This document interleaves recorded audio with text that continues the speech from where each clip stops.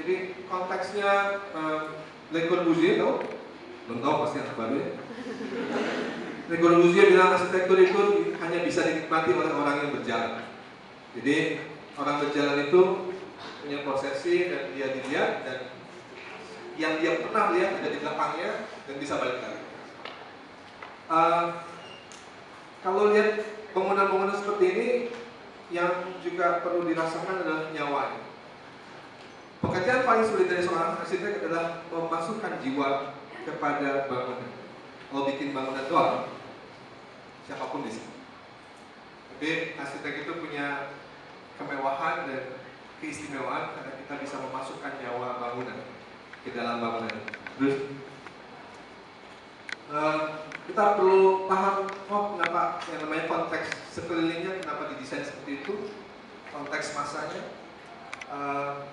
Kalau Anda belajar nanti sejarah arsitektur, ada yang proses sinkronik, diakronik, catat aja, mungkin kalian nggak ngerti, nggak apa-apa, nanti aja cari, tanya dosennya. Terus, dan ini membawa logikanya sendiri. Mungkinkah bangunan ini dibangun di Yogyakarta? Mungkin ya. Kenapa enggak? Kenapa enggak? Mungkin dosen kalian jalan-jalan. Terus ada lagi bangunan-bangunan aneh di dunia ini, banyak sekali bangunan aneh. Ini namanya Wozoko di Amsterdam, yang desain Via Divi. Orangnya pernah kesini, baik sekali.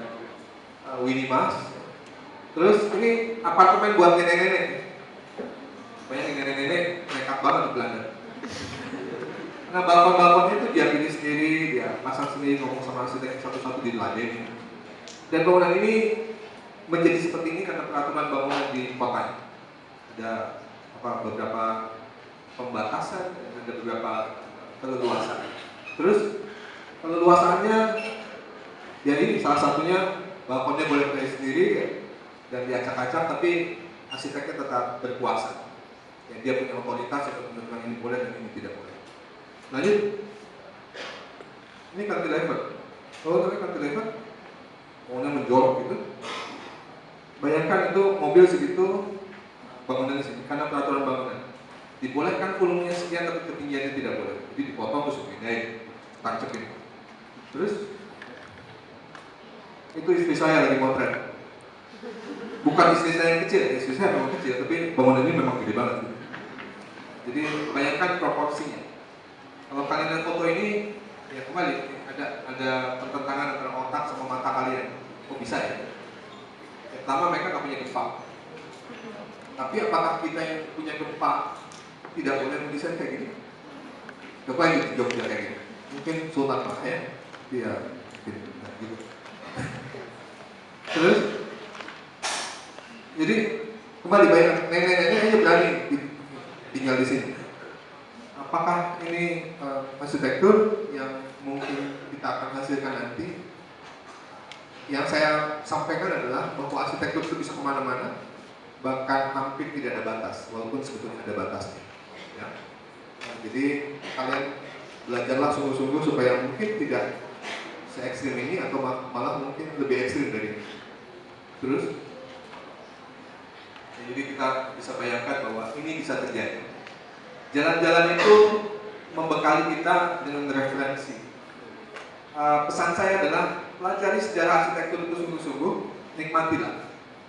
Karena sejarah arsitektur dan sumber-sumber seperti ini tuh inspirasi kita untuk kita bisa kemana-mana lagi. Ya. Jadi jangan hina otak Anda sendiri.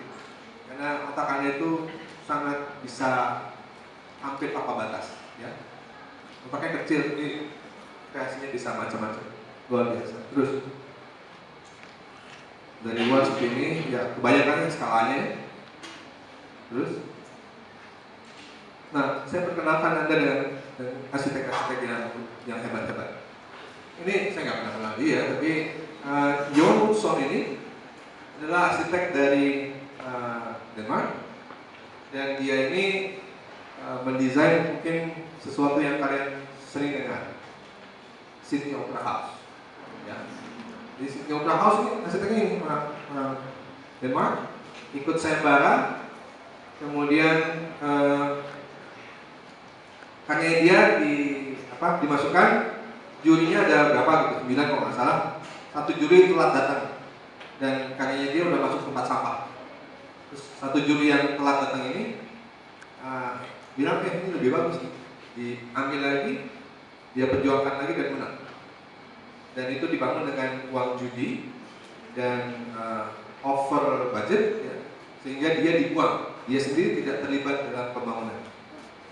Dan akhirnya terbangun, dia sempat marah-marah dan sebagainya.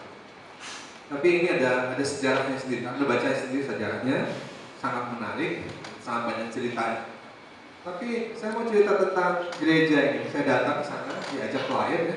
Nanti kalian punya klien, pesan saya satu lagi, jangan mainnya sama anak arsitek juga deh, mainnya sama fakultas lain, terutama fakultas ekonomi, fakultas hukum. Mereka yang bakal jadi klien-klien yang hebat. Saya dulu mainnya sama anak arsitek lagi, klien saya ya terbatas gitu.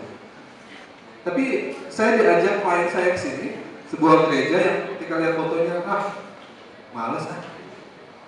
Kenapa? Ini kayak bangunannya Yori, saya kayak posmonya Yori teman saya ya, dia nggak nafsu ah.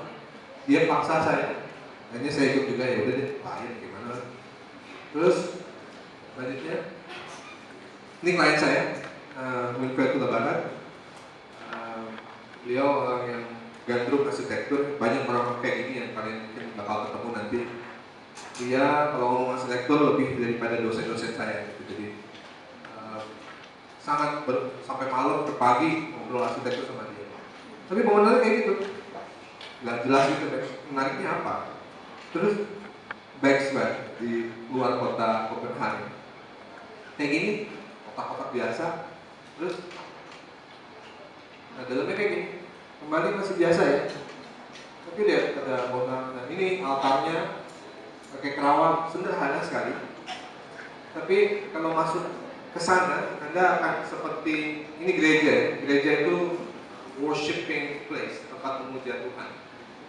Kalau masjid juga memuja Tuhan. Tapi saya memahaminya sebagai kalau masjid itu bahkan kalau masjidnya tidak indah pun kita masih bisa ketemu Tuhan. Karena ritual di Quran itu sudah sangat detail. Kalau di gereja seakan-akan diperlukan gereja yang indah baru ketemu Tuhan. Gitu ya? Yang ngerti nggak apa-apa. Terus gerejanya kayak gini. Ada lekuk-lekuk yang seperti menangkap suara. Waktu saya datang baru saya habis sebuah latihan chord. Indah sekali dengan dari luar dan tidak bergema. Ya. Dan mereka tidak pakai mic. Dan indah juga. Ruang-ruang seperti ini susah ditemui, kecuali kalau Anda datang sendiri dan merasakan. Fotonya ada, bisa di internet, apalagi sekarang gampang banget ya. Tapi inspirasi semacam ini bisa membawa Anda kemana-mana yang lain. Oke? Terus lihat fotonya jelek kan, soalnya saya ambil. Jadi saya bukan fotografer, jadi saya memotret itu cuma untuk mengingatkan diri saya sendiri. Supaya saya nggak lupa aja bahwa saya pernah kesana. Tapi bayangkan, sinarnya masuk, bagaimana memantulkan itu tidak langsung. Ya, kualitas seperti ini mungkin susah kalau dilihat hanya dari foto atau dari buku. Beberapa bangunan saya datangi berkali-kali. Ya. Ini sinarnya pagi, siang udah berubah lagi suasananya sekarang. Terus,